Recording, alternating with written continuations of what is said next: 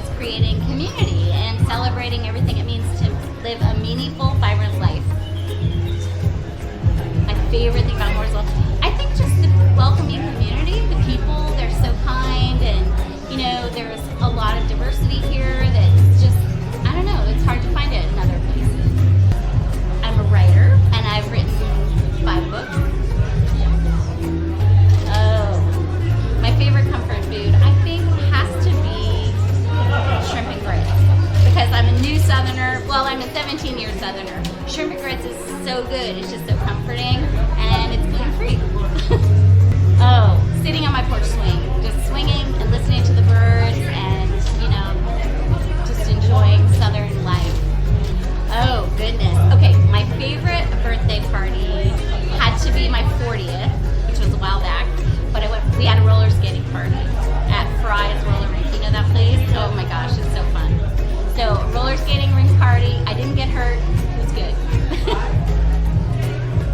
Oh my goodness. So many women I look up to and admire. But I think from the beginning, I've always looked up to my aunt. She's passed, but she was an inspiration to me in my writing and her ability to share in an honest way with people what was going on in her life. So I would say her. Oh my goodness. Okay. The most famous woman of all time? I don't know. Marie Curie comes to mind. All the queens. I'm recently thinking about Madame Curie, Marie Curie, for radiation and all she's done. Wow, there are so many. There are so many to look up to. I think our vice president is a good person to look up to, Kamala Harris. And I think, the recently passed Queen of England. She's probably one of the most famous women in the world.